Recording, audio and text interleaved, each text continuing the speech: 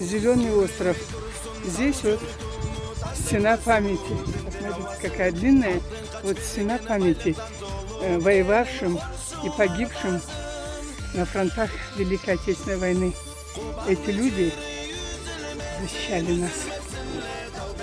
Посмотрите.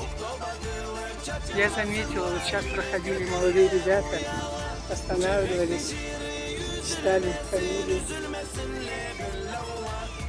Много, значит, вот такие памятные стеллажи, или как их назвать, ряд такой памятный.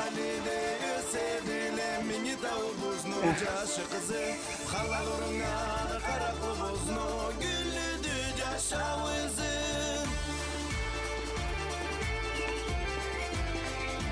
Сколько их, сколько. Птички поют. И моя там соловушка ходит.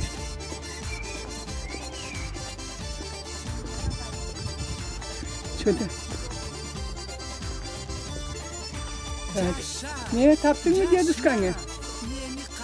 Это мой дедушка. Ну-ка. Это отец моей мамы, Каджаков Джабир Курманалиевич. Ага. Он был ветераном войны. Ветераном Я войны. посвятила ему стихотворение. Но я никогда его не озвучивала. Но я сегодня хочу это все сказать. Скажи, пожалуйста. И мы умрем, и нас покроет мокрый дом.